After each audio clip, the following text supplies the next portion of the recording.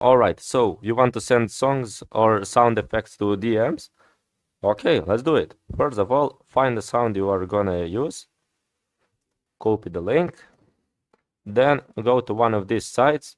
It could be any, really. And then paste the link there. Convert it.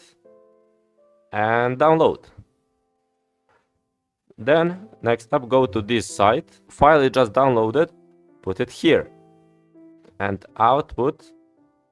Select AAC. And then convert. Oh, and yeah, all the sites are in the description, in case you don't want to copy from the screen. And then just download. Okay, so you got the sound downloaded. Next up, go to any chat, and then just the sound you just downloaded, just paste it into the chat. Should look like this.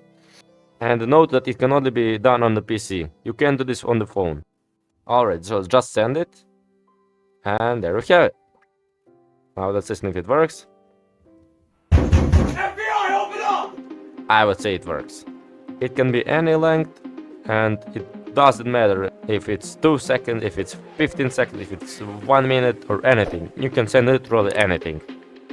So now you know how to send sound effects to DMs. Thank you for watching and peace out.